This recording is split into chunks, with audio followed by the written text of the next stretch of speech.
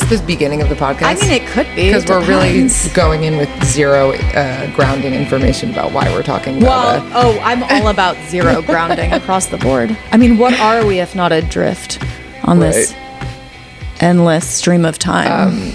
I guess to give context, in the end of my book, the reason my book is called Happiness and Love is that the narrator of my book, after a very long period complaining about a lot of people, realizes that instead of letting them ruin her life, she can just wish them happiness and love.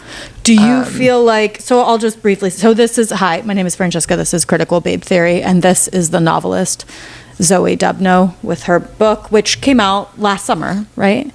So, came out Labor Day weekend. Day weekend. Or maybe the weekend after that, so. Yeah.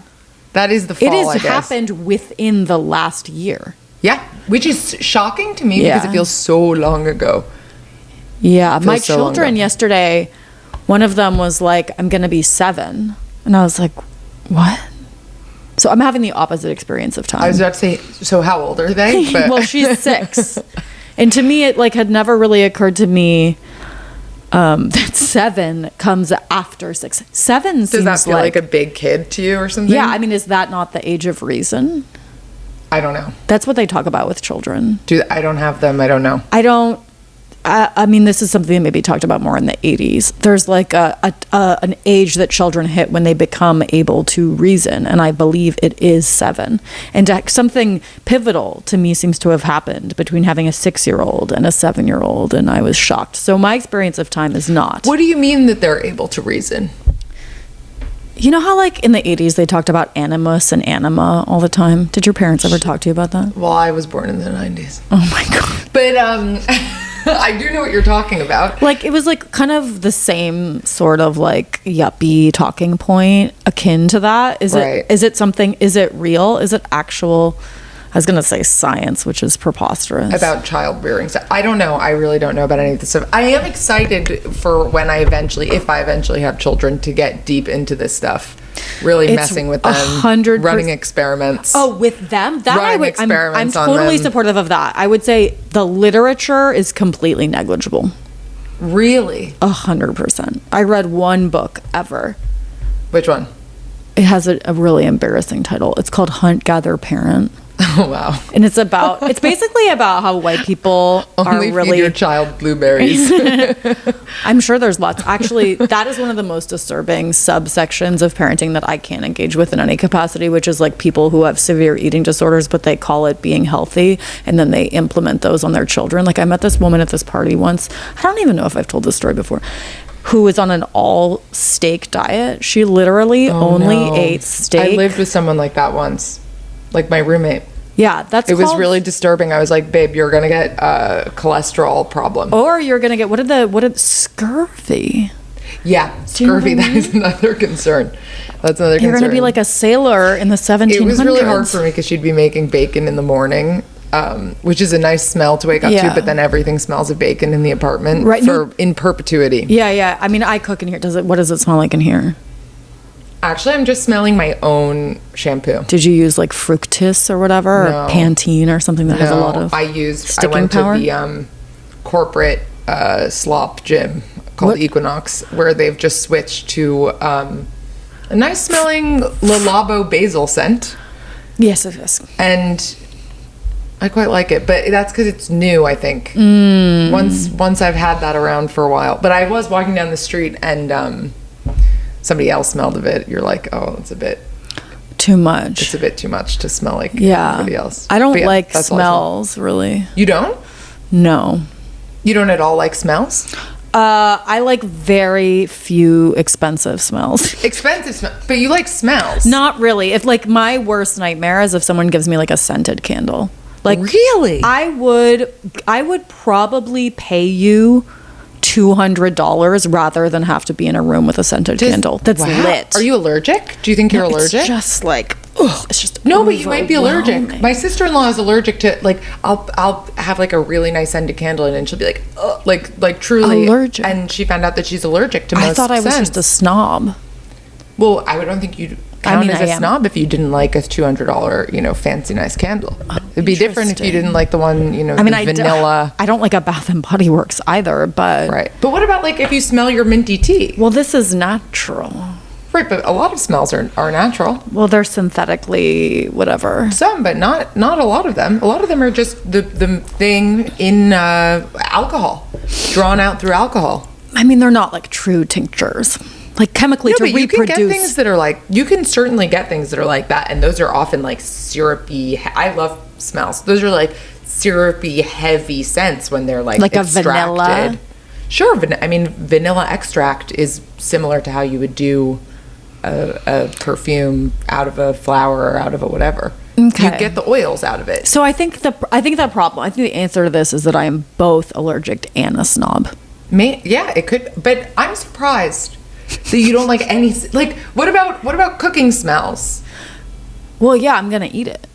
Okay. What am I gonna do with a scented candle? But what about candle? a nice flower, like a beautiful flower? You smell a flower. Sure, but like then it gives itself to me when I put my nose in it, and then it leaves me alone. It's not cloying. Oh, you know what I have in my house right now is from the farmer's market. There were lilacs. So I love a lilac, but I've known people who literally become ill in the presence of a lilac. Well, it makes sense because they're allergic. That's like my dad. Okay. They're very much. It's so much pollen coming off of it.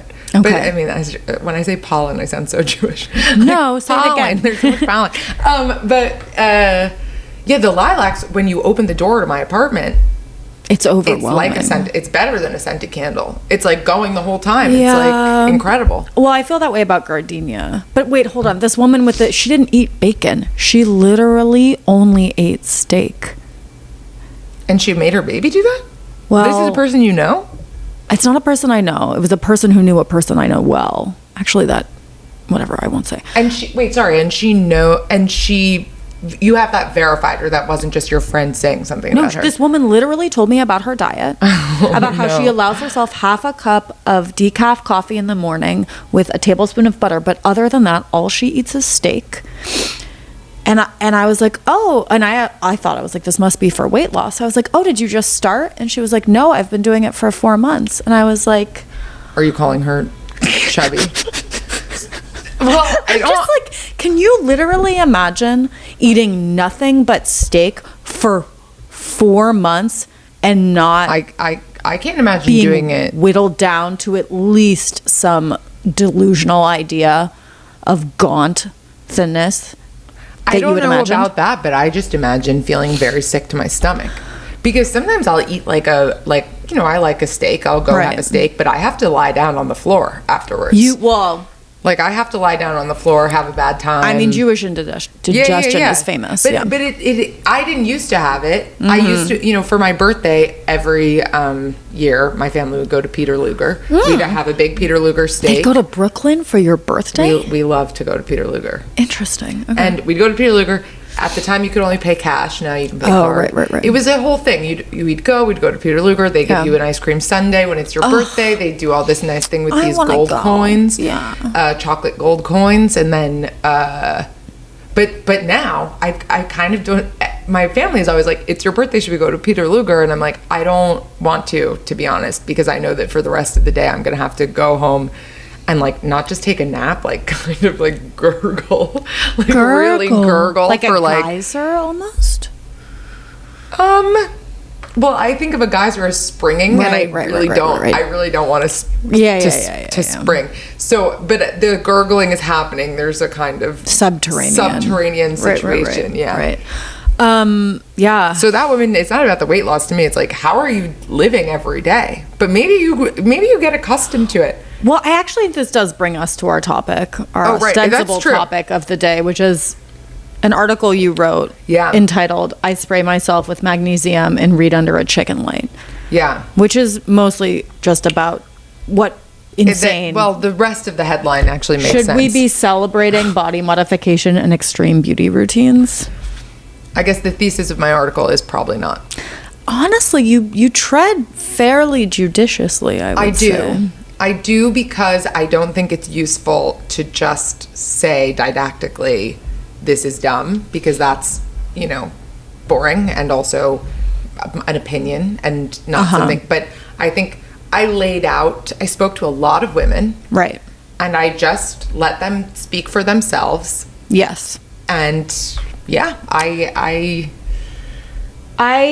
in hopes of not being too myself, I do want to read the quote that closes the piece.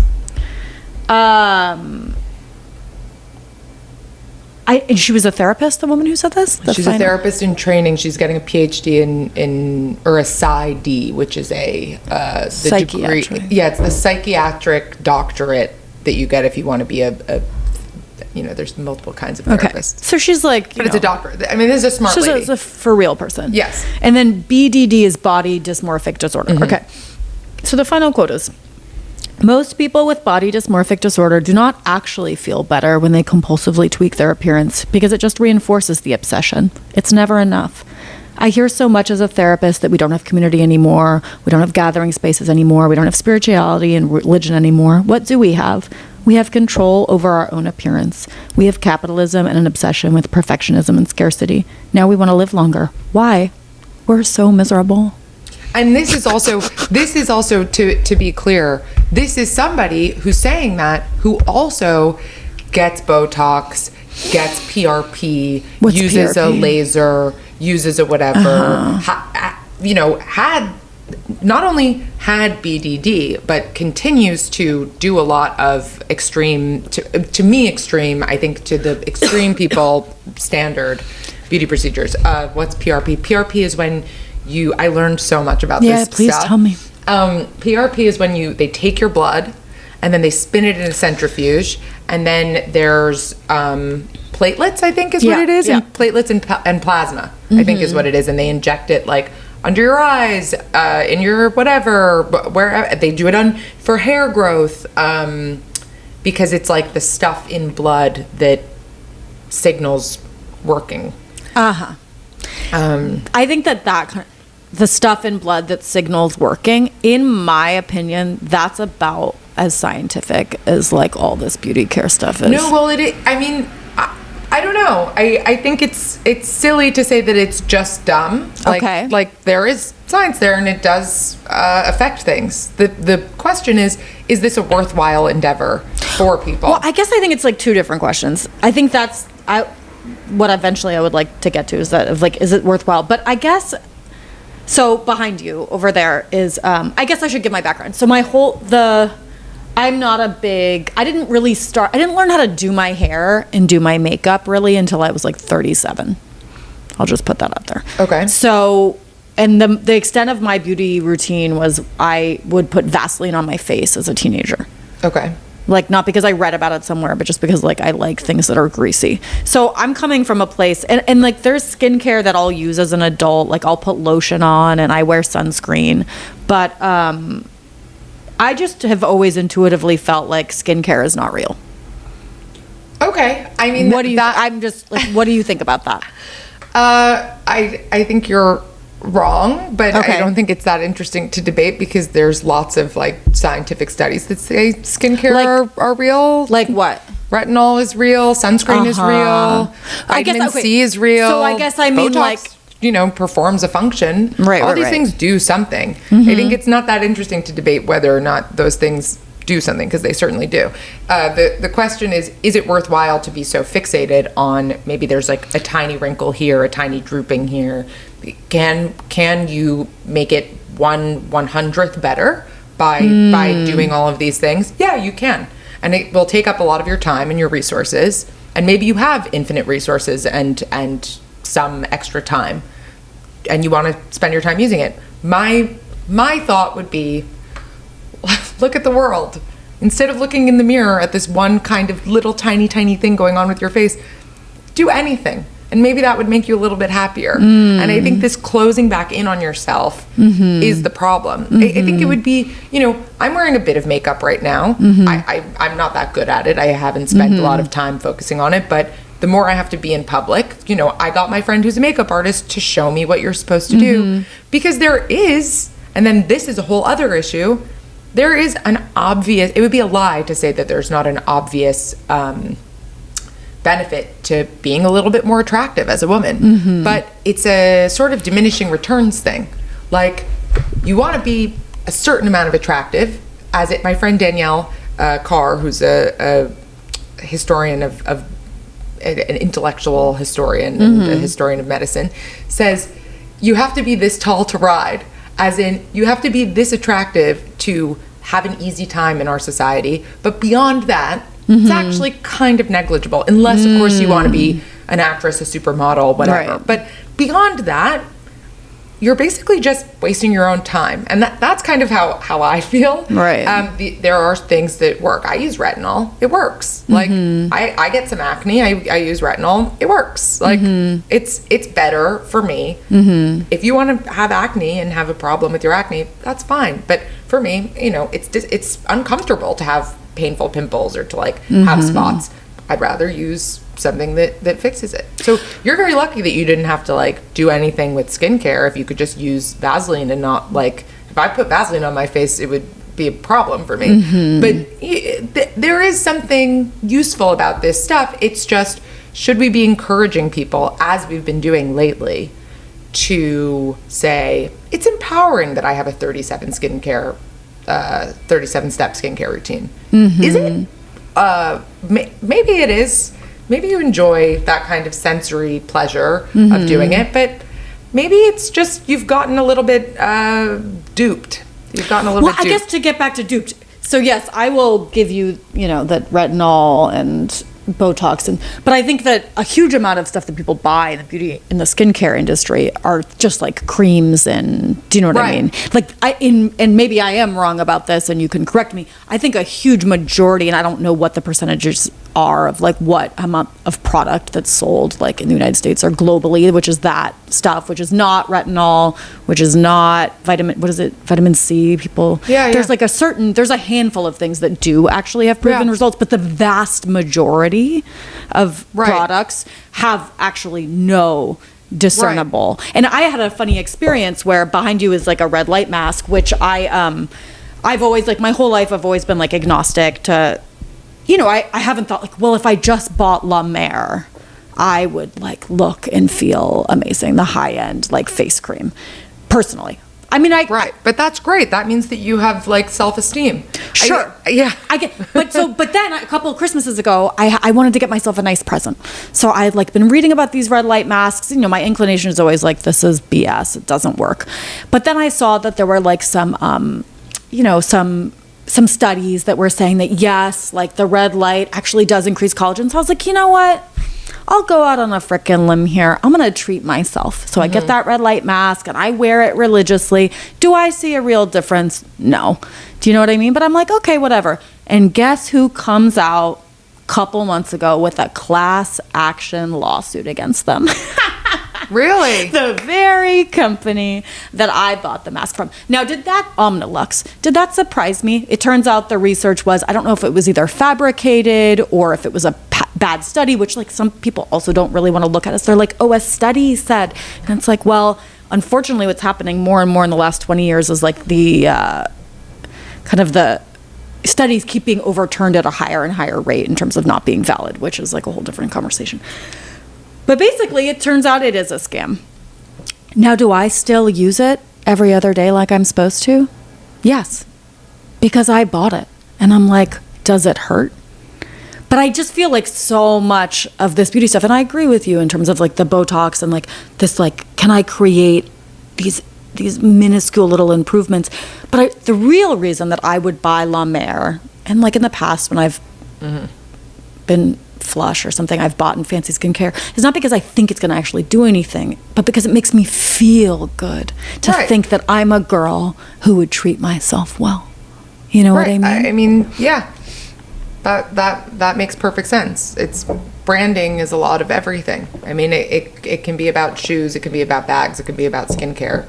Having that nice bottle that says, "Oh, I'm that kind of person," means a lot. But I think that, like you're talking about with what is the terminology people use? Stacks now? Oh, but that's more about... Is that a peptide thing? That's more about the kind of peptide supplement, that whole thing. Right. Which is a little bit different than beauty, but it's similar. It's like a kind of parallel. When you were interviewing people for this article, did you find that there were people who were like, I have an hour and a half long beauty routine and I love it? That's what everyone was like. Everybody was, that's what everybody loved it. Everybody that I spoke to. That's why I think the article kind of, it doesn't have my judgment as much in it. It more lets the people speak for themselves. These people, who were all, by the way, lovely, beautiful women who a lot of the time had other things going on. I didn't want to just interview people where it's like very clear, like, oh, you're a crazy person who's just obsessed with your skin. I think that, you know, one of the people I interviewed who didn't want to be off the record, she was on the record, is a PR executive who started her own company, and she showed me her like before and after images, and she told me she spends an unbelievable amount on supplements. I think it was like $300 a month, and she has this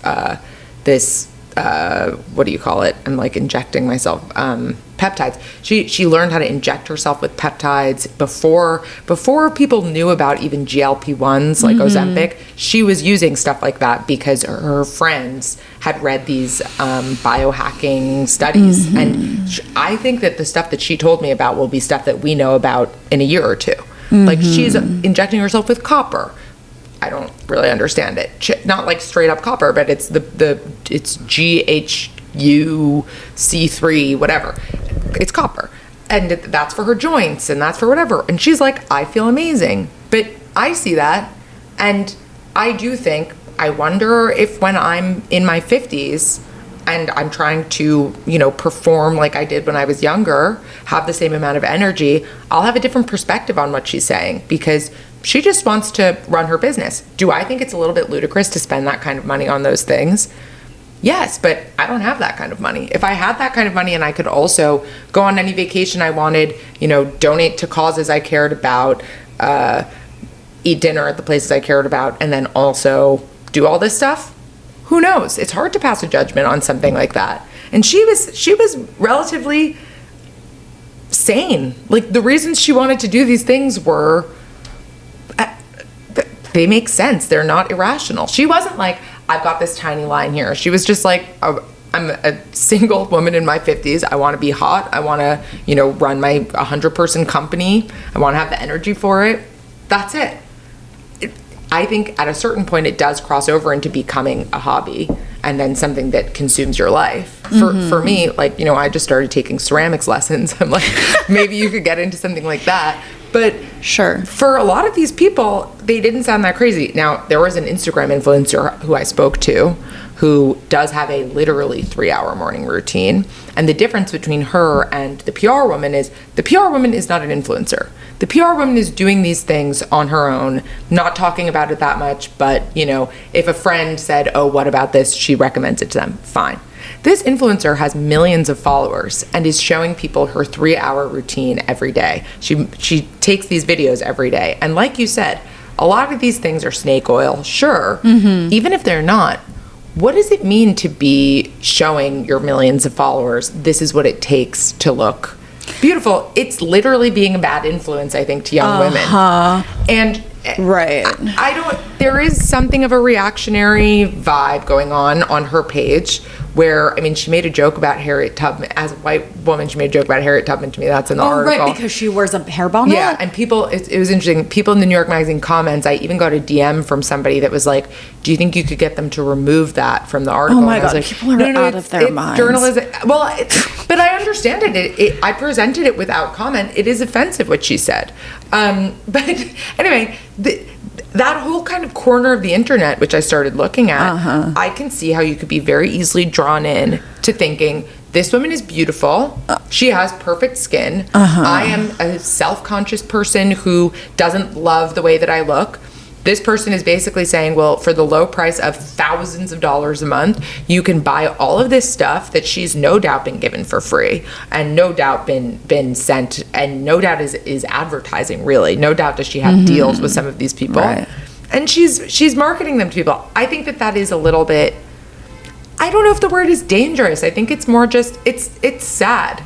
It's when I was a teenager, you know, we were on the internet looking at people doing whatever, but the worst thing was that you got really into indie music and vintage clothes.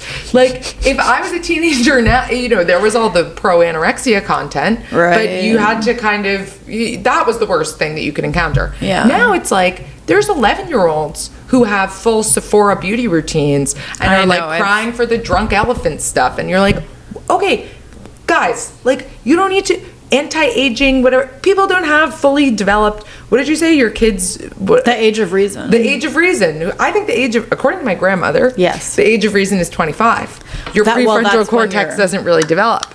So, I don't know. I don't know. The beauty stuff, I don't think it's about whether or not it's efficacious. That's fine. Like, sure, you know, is it efficacious to eat just steak for every meal? Like, no, I mean, that's what I'm saying. No. Clearly it wasn't, dude. Then I interviewed a bunch of people who, I mean, I'm very interested in this Substack health gossip.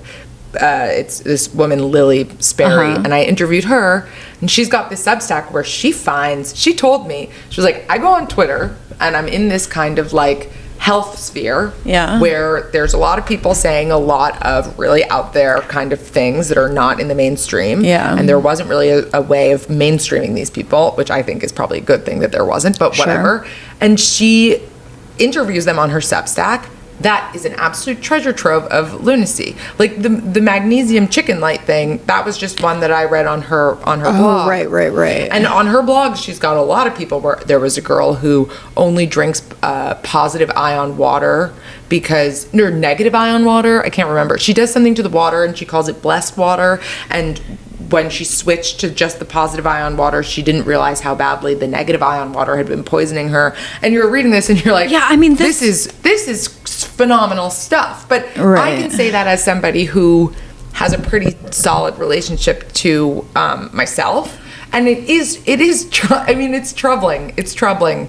It is troubling. It sounds to me just like magical thinking. But don't people in New York have it in, like, or just people at large, like, there's all kinds of magical thinking. There's the magical thinking of like, oh, if I can just do the exact right things, then I'll be like the most beautiful and the most healthy. And then there's this idea of like, oh, if I just get the right grants and residencies, then I'll have it's all like, I was thinking. Yeah, but you know what? If I just get the right grants and residencies, I will become a artist that people respect and whatever. Right. What is it if I just get the tiny line on my forehead out? I'll be beauty itself incarnate. But what does that do for you? That's the sublime, man. Is that what these people are going for? I think they're trying to, in their own futile way, approach God. I don't know. That's the kind of stuff where I'm just like, I don't care. It's fine.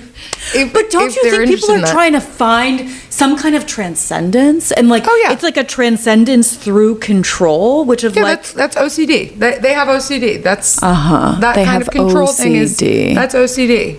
And that's so you think OCD is just like a real thing in the world that truly exists? I just want to understand. What? Do I think OCD is a real thing in the world? Like, so if something is like in the, I guess maybe, here's, okay. So, like, I don't personally like is it the DCMC? Is that what it's called? The diagnostic? The DSM? The DSM, right? Like, there's all these things that the DSM says are like an explanation for people's approach to the world, right? Okay. And OCD could be one of them, right? Okay. And then there's like other modalities of approach to the world. And so I guess probably what we're talking about are the same thing, just from like a different modality. That's true. I'm sure that's true. I just think the DSM definitions can be useful. They can be useful. For figuring things out. So they change a lot. They do change a lot. For instance, the borderline, the body dysmorphic disorder is a sub thing of OCD in the DSM, and they added that to kind of explain this form of OCD, which is an OCD that takes place in the body, and the body needs to be perfect, and the obsession with, it moves from, okay, now I've got my face perfect, well, I don't like, the skin on my elbow, so I'm now going to get electroshock, whatever, on my elbow, moving around. And that's how you end up with people who can no longer see what their own face looks like, who can no longer really see for real what their own face looks like or what their own body looks like. And it's anorexia is part of it, and this face thing is part of it as well. Yeah, so I guess my interest would be like, I guess I personally find like pathologizing any and all things to be sort of not the most like enlightening way of looking at them. And what I felt like, so that's why I'm like sort of skeptical of that kind of modality, which I think is like totally overtaken our society, right? Like every uncomfortable feeling, everything that happens, it all has to be pathologized and categorized and put into like, oh, it's just that kind of thing. Whereas like in my experience, like living is like very complex and rich, and things are not quite that easily discernible. But I guess this idea, which I feel like is your article does get to, which is like this painful self-obsession, and like what I was thinking about as I was reading it was like, it felt like it, and I think that we don't, because I think there was a phrase you used of like this affirmative honesty, right? Which of like people being like, I'm claiming and I'm owning, like this is all the stuff I do, and then people praising them online about it. But just this feeling of like, actually self-obsession is kind of a prison, Completely. And like there's an unwillingness in our society, or I guess just on the internet, in certain parts of the internet, to really recognize that, and just call something, which is not to say, is there something like morally, I guess I do sort of feel like there's something morally wrong with being obsessed with how you look, but just to take that aside for a moment, because that's sort of irrelevant. But are you sure that you do? Because I think you more just have a very conflicted thing about it. How so? Because you bought the red light mask, right? You have, and I think everybody has this kind of conflict within themselves, which is everybody does want to look better. That is, unless you're kind of, I had a summer camp that I went to that was a very hippie summer camp, and our camp, the director was this beautiful gray-haired older woman, very strong, going hiking, and there was a moment where everybody got obsessed with putting on mascara when we would go see the boys, and she was furious. I mean, she was furious at all of us about the mascara. And there was actually even a girl who had very naturally dark and thick eyelashes, and she like made her wipe off her eye, and she didn't have anything on. And it became this kind of mascara hysteria among the 12, 13-year-old girls. But that itself is a form of being obsessed with this stuff too. Totally. Either side there's a moralizing element that says, I believe in this natural whatever thing. Right. There's also the joyous form of this kind of beauty stuff, which is, it's fun to experiment with makeup. It's, my friend who's a makeup artist that showed me how to do makeup, she has this amazing book. Her name's Emily Schubert.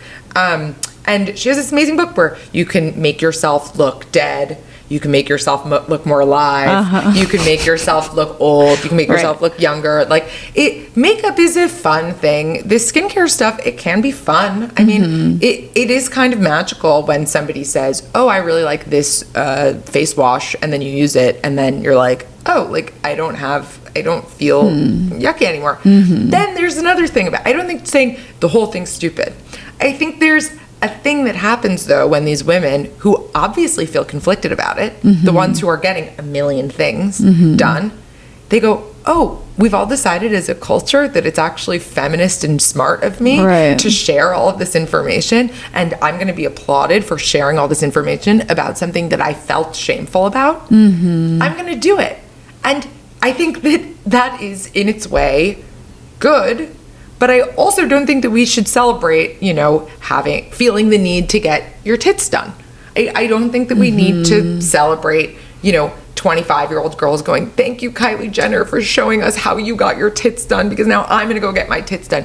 How about instead, you don't need to get your tits done, because what's wrong with you? You're like, maybe...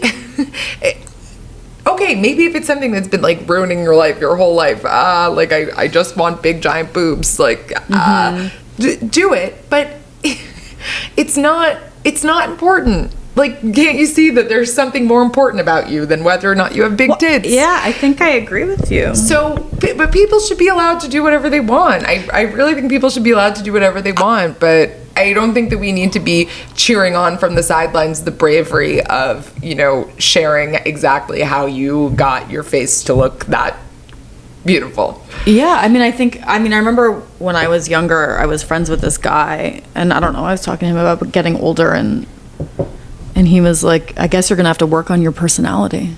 That's funny. That's funny. It was funny, and I think everybody should. But it's also on the flip side of that. You know, I think that men should start paying more attention to what women are doing. There's the looks maxing. We've all been looks maxing since we were 5. I was going to ask you if you felt like the culture is caught up, since I heard you talk about how you feel like men need to be doing as much as women are doing. Oh my God, what was it that a guy I'm friends with said something to me the other day where I was like, no shit. It was something about like, it was my boyfriend said something to me about, well, it was also, I can't remember, it was a male person. My boyfriend said something about like, did you know that a whole bowl of grapes is less calories than a small amount of ice cream? And I was like, yeah, every woman knows all calories, but also from the point that they're 11. Also, I never ate grapes for years because they have the higher sugar content of almost any fruit. See, just to add on to that, women know. Like it's like you hear that and you go, no, actually, I have deeper information. It's like men are just discovering like the ABCs of being psycho. I want to keep them in their state of innocence, their prelapsarian, because I sort of think that like. No, I think that they should have to do whatever we're doing. If we're all doing it, they should have to do it too. Okay, but I'm wildly impractical. I would like to pull everybody back to like a prelapsarian dream of mine. That's totally. So I would love everybody. Like I don't like to take nose jobs as an example. Yeah. Like there's been this like flattening and like homogenization, at least in, I don't know, whatever, a certain strata of like coastal, where like I don't want everybody to look the same. I find that the face that gets created, and I guess who's the greatest example of this, like Bella Hadid or whatever, who bought her face. We can't be against Bella Hadid's face. I'm not going to come out against fact that people would have Bella Hadid's face. No. If they could get everybody Bella Hadid's face, wouldn't that be something? But here's what I'm saying. You walk around, everybody looks like Bella Hadid? I mean... Well, but have you looked at before and after pictures of her face? Wait, which one? I know that she used to have my nose. Or bigger, really. She's completely transformed her face. Like, it's unrecognizable. And that's fine. Is it fine? It doesn't really matter. It's not for me. What I'm saying is that I like that people are different. That's exciting. It's exciting. Like, to have one standard of beauty that everybody is sort of shunting themselves into more and more, to me is like, there's like a paucity of beauty in our world if we're trying to make everyone look the same. And I think that that's a tragedy. I think that those differences should be preserved. And that's part of, this is more of a plastic surgery thing, but like, that's what makes it so sad to me, is like, why would we want to flatten out that expression? I always think about, oh my God, I'm going to quote this can't be her idea, but I'm going to quote The Artist's Way, which is embarrassing.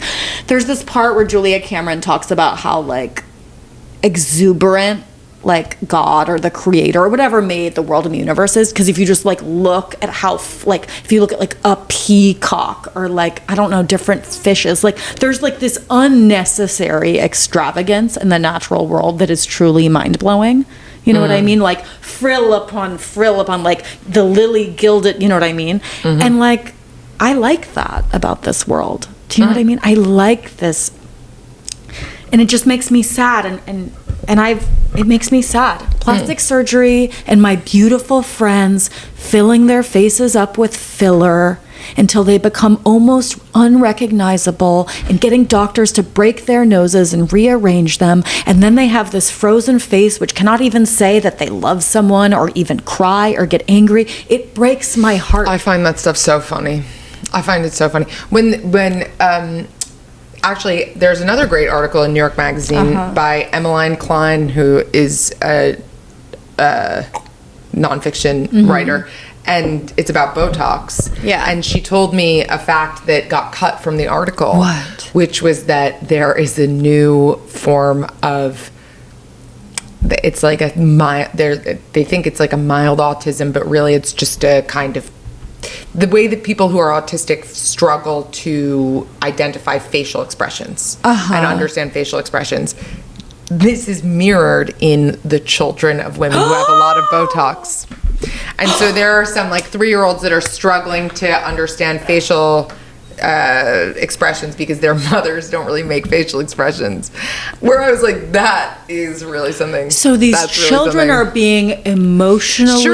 Surely they will over the course of their lives as they interact with more human faces than their mothers, but I mean, obviously, but psychology today is always trying to convince us of the importance of the mother. So that would be Psychology Today, just like not the magazine, just like in general, like nobody's ever going to give that up, that like the mother is the most important or the main caregiver who's often the mother. Right. So if that, and they say like, I mean, I don't necessarily agree with the whole like attachment theory stuff and whatever, but like, if the person you're making that initial attachment with is like, no, it's obviously hard. Frozen. I found that fascinating, but I wonder why she didn't include that in the article, because maybe there's not enough. Now I'm thinking if she didn't include it in the article, because it's incredible. So I'm so conspiratorial. I would be like, they wouldn't let her keep it in, man. You know what I mean? No. New York Magazine is a normal place. It's just it's crazy. But don't you think that the majority of readers of New York Mag are pretty consistent Botox users? No. Really? I don't know. I would say at least 50%. I looked through the comments of my article, and there were a lot of really lovely women being like, thank you for saying this out loud. I find it so disgusting the way our culture is saying, this is all feminism, when it's not. It's not. Feminism is about equality under the law, in my opinion. Okay, well, we can get into what feminism means if you want.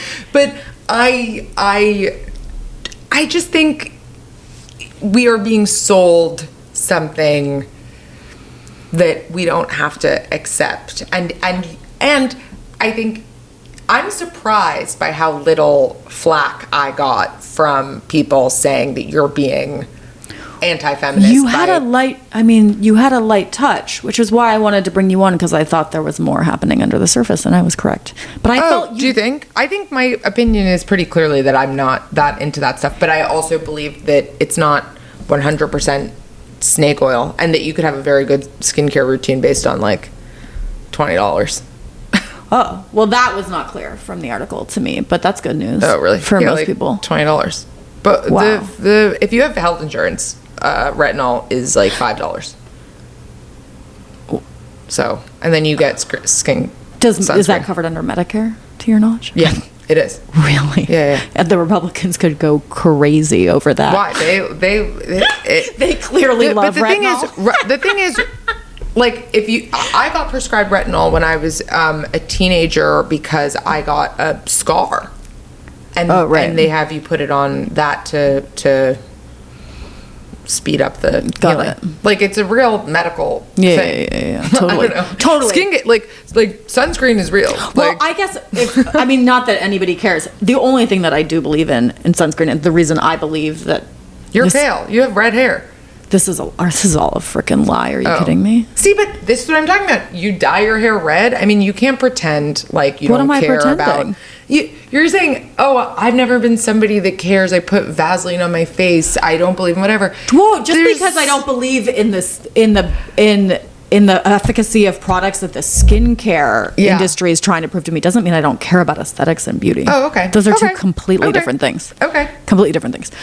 But what I will say is and I think I look good, so I'll just say that out loud, for my age, and allegedly other people agree. Mm-hmm. And the only reason I have that is not because of when I was occasionally able in my 20s to buy La Mer, or because of that frickin' red light mask that is now being, has a class action lawsuit or anything. It's simply because I've worn sunscreen every day since I turned 18, and the sun nary touches my face without that or a huge hat on my head. I love going in the sun. I know I shouldn't, but I love going in the sun. It's always the blondes who perversely want to put themselves in the sun. I love going in the sun. I'm just going to let that. I also think that I really do need to have a lot of skin cancer screenings because of the amount that as a child, I mean, when we were kids, Yeah, but that's fine. Sunscreen wasn't real. But and I got like children should not wear burned as hell. No, but children should not. I mean, this is No, they should. Children should wear sunscreen. That's who needs to wear it the most. Those are the studies. Those are the true fact studies. You're 3 times more likely to get a skin cancer if you've had a serious burn as a child.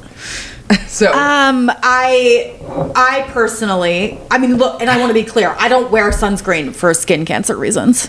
It's solely aesthetic. I sort of like, this is where I go more crunchy, where I'm like, which would support you in the way your lifestyle, which is like, I actually think that probably getting sun is to some extent, of course, like, yes, you're people like one can of these get touch grass, whatever. I touch grass, like from an internet perspective. But no, like when people say that you need to ground on touching grass with your feet, like it does something. And like the sun, like it like does like a something. true person who grew up in Manhattan. Yeah. Yes, I would say that touching soil with your feet probably does something for sure. Right, it could. Yeah, in my experience, many of my great heroes probably never touch soil with their feet. So I think it's fun. Yeah. I think you can certainly be very smart and write great novels and never go outside. That is not a life I would particularly want, but I'm not saying it's like a life of less value. But let's take a break, and then in the second half we'll come back, and I would love to talk about your novel. And if you want to hear the second half of this, you can go to patreon.com/criticalbabetheory. And again, this is my guest, Zoe Dubno, novelist, wrote Happiness and Love, and this article in New York Mag about all the insane body modifications and beauty everybody's doing these days. So we will be right back. Thank you.